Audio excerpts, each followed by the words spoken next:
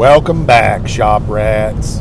Today, here on Talk About It Tuesday, we're going to talk about the difference between restoration, preservation, carriage building, and model building. It's going to be an interesting topic, and remember, it applies to anything that you might be working on, from a 1916 Peugeot to a 2012 Dodge pickup, or maybe something newer. I don't know. Anyway, let's watch the show intro. We'll see you in about 30 seconds. I'm Mike, and this is My Car Shop. Working out of a 100-year-old refurbished barn, bringing 35 years of experience to projects considered beyond repair. Vision, creativity, and problem solving are essential tools in this place. Watch as we transform junk into polished metal miracles. This is My Car's Shop.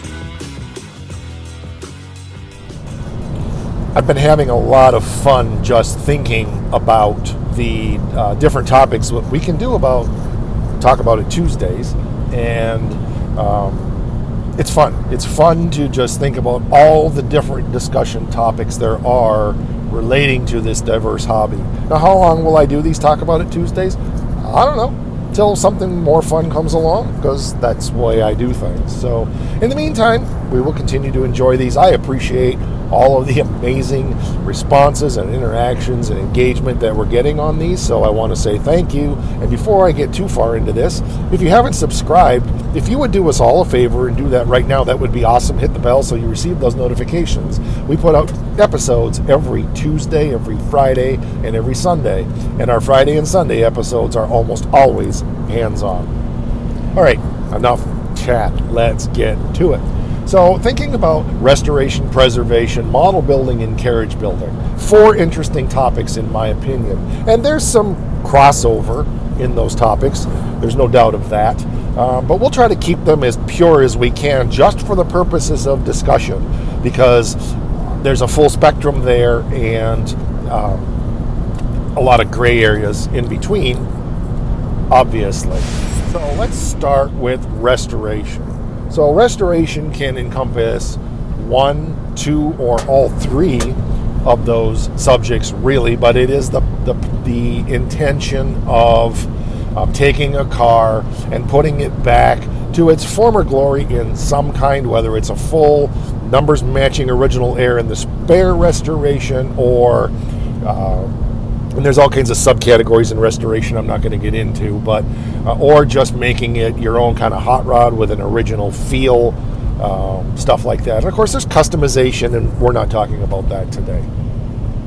So that's simply what restoration is. It's taking a car and kind of restoring it back to resemble somewhat or 200% of what it was from the factory. I mean, let's be real. There are some of these numbers matching cars that would never have looked that good from the factory, and if that's what you're into, that's totally fine.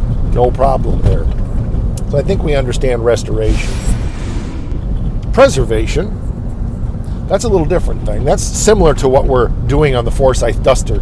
It's minimal invasion. Minimal invasion meaning we are trying to preserve as much of the original patina as possible, as much of the original metal as possible, and just restore that car back, not restore, preserve that car. See, I get tumbled up on my terms too. Put that car back to what it was in its glory days when it was a drag car. So, from 1972, 71, 70, yeah, probably 72 until 1985 when that car was finally parked.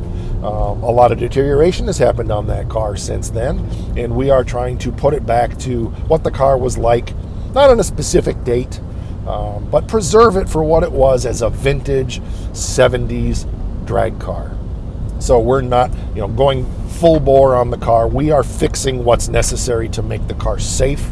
We are fixing what's necessary to make the car function, and our intention is to get it back on the road with the original numbers matching 340. We may be able to repair the original transmission. We have the original rear end for it, whether or not we put it back in. So it's a numbers matching low mileage car, but we're not intending to restore it. And quite frankly, if we were going to restore it, the cost to restore would exceed the value of the car. So any business person would tell you that's a bad thing. But preservation, we can preserve it and do that at very minimal cost. So I think that kind of makes sense.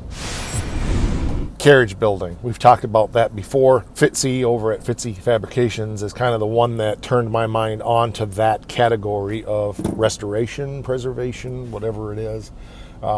But it is, if you want to think about what carriage building is like, think Ferrari, think Lamborghini, think high dollar European car, where they are hand fabricating perfect replacement parts because there are no parts available. And I'm talking perfect, like metal that is perfectly flat and needs zero filler.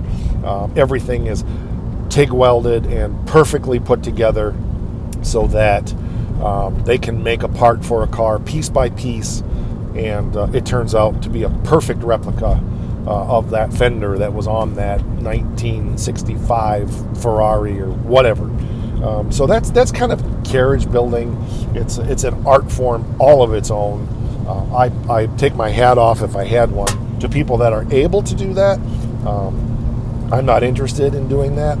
Could I develop that skill? Probably, but am I interested? No, because I would have had to start developing that skill 40 years ago, and I probably would still be working on the very first car 40 years later, because that's the kind of time it takes.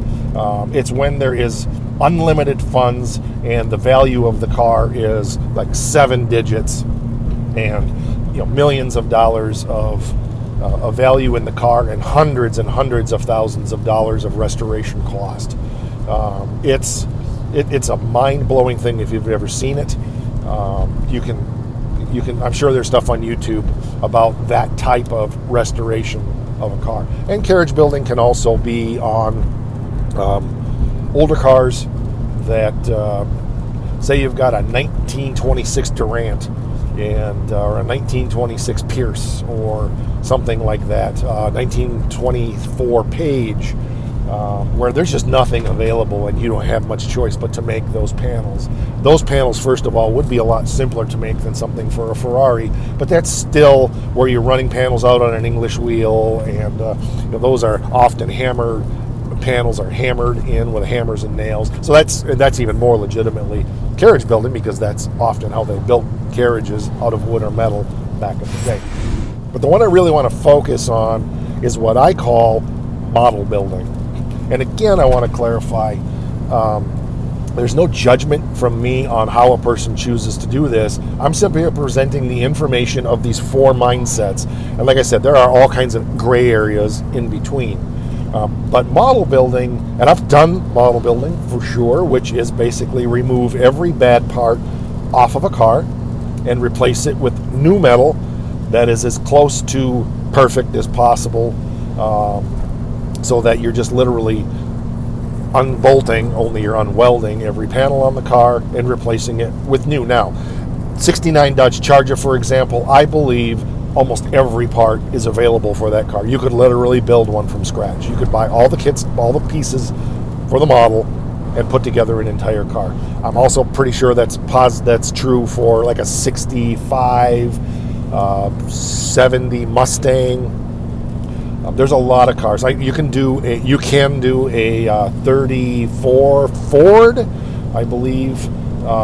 There's somebody that offers every part for those. So that's model building. You can use as much or as little of the original metal as possible and build an entire car from scratch. Every nut, bolt, washer, screw, sticker, paint mark, all of that stuff is all available, and you could build that car by simply writing checks and welding parts together.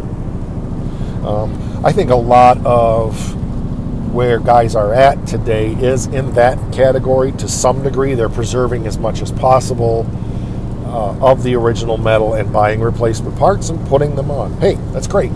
That's what I've done it. It's an art form. It's enjoyable. It makes these projects, I won't say a lot faster than fabricating, because usually the parts don't fit exactly right and you have to kind of do some massaging. But reality is, everything is available, or most everything is available, and you can build your car just like it's a 1-to-1 scale model. So just think about where you're at. We do stuff that's way outside the box here. Obviously, you've been around the channel long enough to know that we fabricate almost everything that we can, buy the parts that make sense to buy, try to find used parts or use the cheapest replacement parts possible and make them work. The quarter panel on the Stitches Challenger, for example, was a $150 part versus $400 to $900 for a replacement full quarter. Well, the money that I've saved on that, I can live with a little strip of Bondo. So there's all kinds of different ways to approach this hobby, and to me, that's the beauty of it. And I think craftsmen respect each other. They appreciate what somebody else is doing, even though they may not agree with it. And we can look at our own project and think, well, what do I want to do with this car? Do I want to just restore it? Do I want to preserve it? Do I want a carriage build? Do I want a model build? Not one way's right, not one way's wrong. They're just different ways. And I'm sure, like I said, there are all kinds of subcategories in this, but I wanted to hit those highlights as I see them today. So here's what you can do for me. Am I missing a category? Is there something I need to add to this? Or are there subcategories that you say, yeah, this, and this fit under preservation, or this, and this fit under restoration, or whatever that might be? Drop it down there in the comments. I love the discussions we get going on these Talk About It Tuesdays. All right, that's going to do it for this episode. Stick around, watch some other stuff on the channel. If you haven't subscribed, do that, please. We're on the Face Thing. Instant Grandma absolutely adores us, /My Car Shop on both of those platforms. And the last thing, and the most important thing, rock